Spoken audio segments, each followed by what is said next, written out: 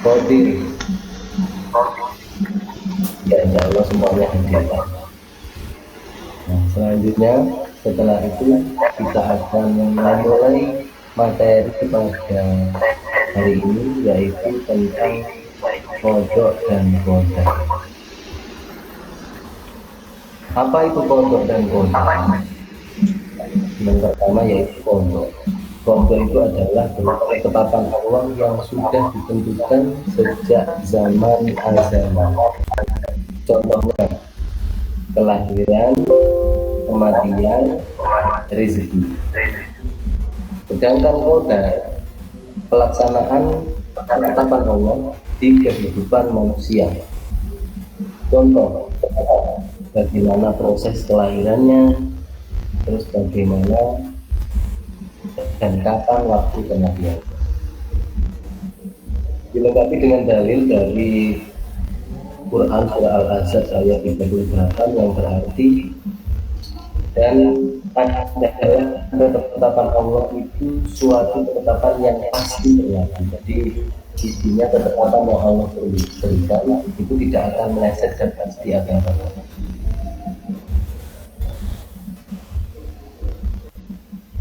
Selanjutnya, pentingnya iman kepada qadar dan qadar. Yang pertama adalah mengajarkan kita untuk berusaha bersungguh-sungguh, namun tetap berserah diri kepada Allah. Yang kedua, membantu kita menghadapi ujian hidup dengan ikhlas. Yang ketiga, menumbuhkan tawakal dan rasa syukur dalam setiap keadaan. Contohnya, belajar rajin untuk menghadapi ujian. Tetapi hasil akhir tergantung pada kehendak Allah. Kita lanjut lagi. Apa hubungannya qadar dengan qadar? Islam itu mengajarkan pentingnya berikhtiar, atau artinya adalah usaha. Namun hasil akhir tetap di tangan Allah Subhanahu wa taala. Contohnya, petani yang menanam benih tetapi hasil panen dipengaruhi oleh cuaca. Jadi kita yang menanam, hasilnya diserahkan kepada Allah. Ada hadis Rasulullah yang berbunyi, berusahalah karena setiap orang dimudahkan sesuai dengan apa yang ditetapkan baginya. Hadis riwayat Muslim. Jadi ketika orang berusaha itu pasti akan diberi kemudahan, bukan malah diberi. Selanjutnya, macam-macam qadar dan qadar.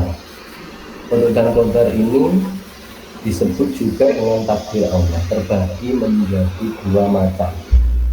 Yang pertama yaitu takdir mubham, yang kedua takdir mu'allaq. Takdir mubham adalah ketetapan Allah yang bersifat mutlak dan tidak dapat diubah. Contohnya takdir mubham adalah kematian, kelahiran, keislaman, dan kematian. Sedangkan yang kedua yaitu takdir mu'allaq, artinya adalah ketetapan Allah yang masih dapat diubah melalui usaha dan ikhtiar manusia.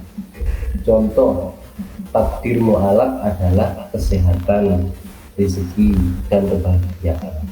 Takdir mu'allaq ini orang yang sehat bisa sakit, yang lancar pekerjaan kadang tidak lancar, tidak mendapat rezeki yang. Selanjutnya adalah dalil Al-Quran yang menerangkan tentang qadar dan qadar, yaitu pertama adalah Quran surah Al-Hadid ayat 22 sampai 23, yang artinya tidak ada suatu musibah pun yang menimpa di bumi dan tidak pula pada dirimu sendiri, melainkan telah tertulis di dalam kitab Lauh Mahfuz sebelum kami menciptakannya. Jadi takdir itu tertulis sejak dahulu sebelum manusia dilahirkan ke dunia. Yang selanjutnya Quran surah At-Taubah ayat 51, yang artinya katakanlah tidak akan menimpa kamu kecuali apa yang telah ditetapkan Allah bagi kamu. Terus selanjutnya hadis beriman kepada takdir. yang baik maupun yang buruk adalah bagian dari rukun iman.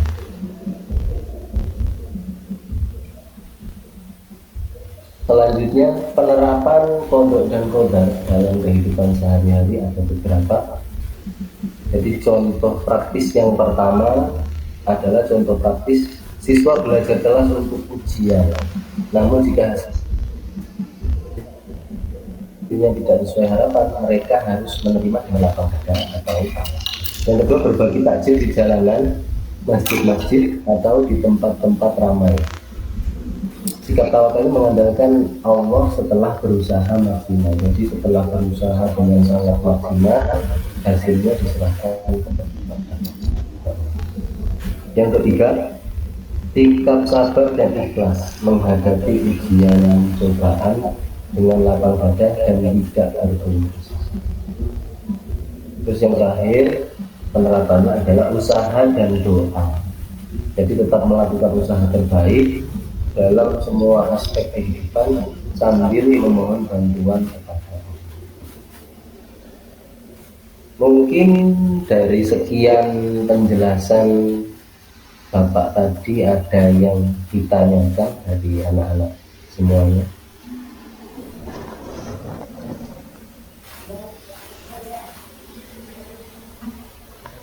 Enggak, anak?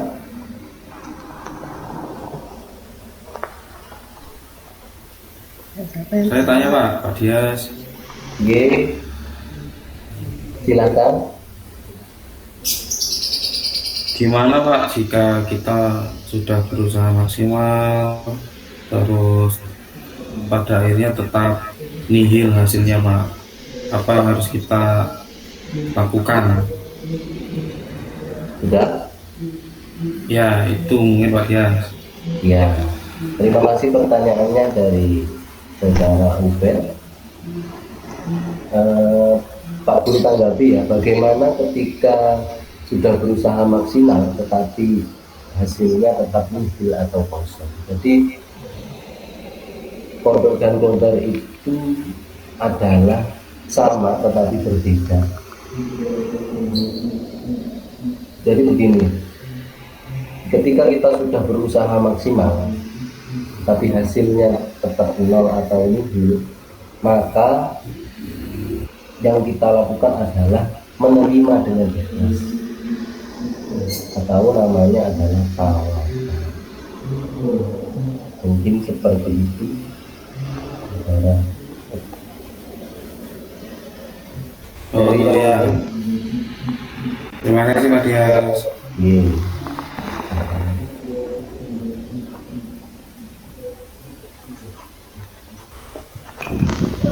Mau tanya Pak Dias, G, monggo silakan saudara. katanya rezeki itu sudah ada yang ngatur ya Pak? Iya, Berarti rezeki saya sama Mas Ubed sama dengan yang lain juga sama ya Pak? sudah pertanyaannya. Gimana itu Pak? Oh, sudah pertanyaannya ya. Saya tanggapi saudara. Pertanyaannya adalah, apakah sama rezeki satu makhluk dengan yang lain? Jawaban Pak Guru adalah tidak, karena rezeki itu tergantung dari Allah yang menentukan, bukan kita. Jadi manusia yang berusaha, Allah yang menentukan takaran rezeki bagi manusia. Seperti itu, saudara. Ngatur nuwun nggih Pak. Iya, misalnya. Pak, tanya Pak. Monggo, saudara Islam. Pak, maaf tapi saya kurang begitu paham perbedaannya kodok dan kodar itu lebih jelasnya seperti apa ya Pak? Oh iya, mungkin akan Pak Guru ceritakan lagi perbedaan dari kodok dan kodar.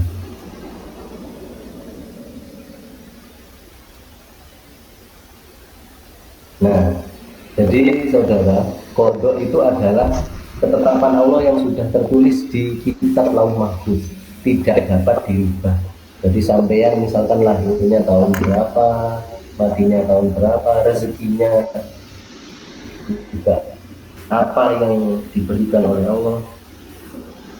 Sementara qadar adalah pelaksanaan dari ketetapan. Jadi setelah berjalan itu namanya qadar. Qadar itu tertulis di kitab Lauh Mahfuz, qadarnya adalah pelaksanaan ketetapan Allah di dalam kehidupan. Berarti kita sekarang ini melaksanakan qadar. Begitu saudara.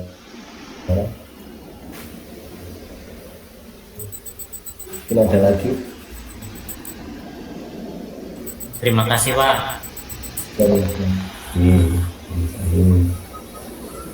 Pak Guru mau tanya. Ya, silahkan. Pak Guru, contohnya bagaimana ya Pak Guru? Boleh dikasih Contoh tahu? yang mana, Nak? Ya, contohnya kodok sama kodar itu Pak Guru. Oh, contoh kodok dan kodar. Jadi kodok itu contohnya sudah Pak Guru sebutkan tadi. Yang pertama adalah kelahiran. Jadi manusia lahir itu namanya kodok. Terus kematian, meninggalnya manusia di seluruh dunia itu merupakan kodok. Sedangkan kodar itu adalah prosesnya. Misalkan lahirnya sesar, lahirnya normal, atau kematian. Kalau di kematian itu waktunya itu misalkan jam sekian hari apa. Kalau prosesnya itu namanya qadar. Seperti itu. Terima kasih Pak Guru. Sama-sama.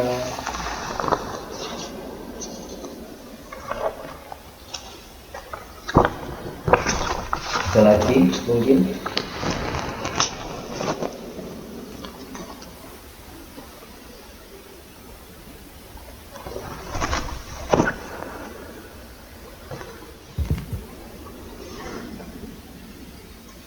Saya dulu.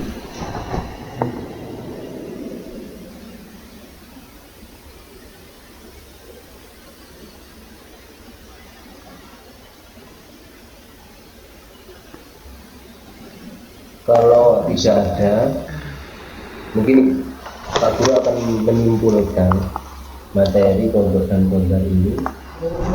Yang pertama adalah kodok dan kodar ini mengajarkan kita untuk berusaha dan berserah diri kepada Allah.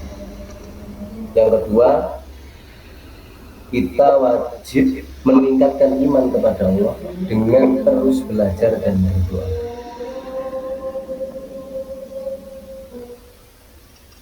Terus yang terakhir adalah menanamkan sikap tawakal,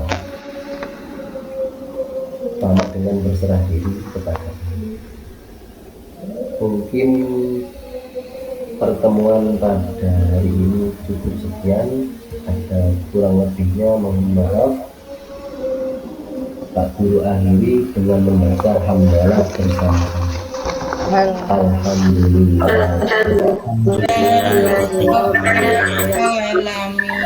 Assalamualaikum warahmatullahi wabarakatuh. Waalaikumsalam warahmatullahi wabarakatuh.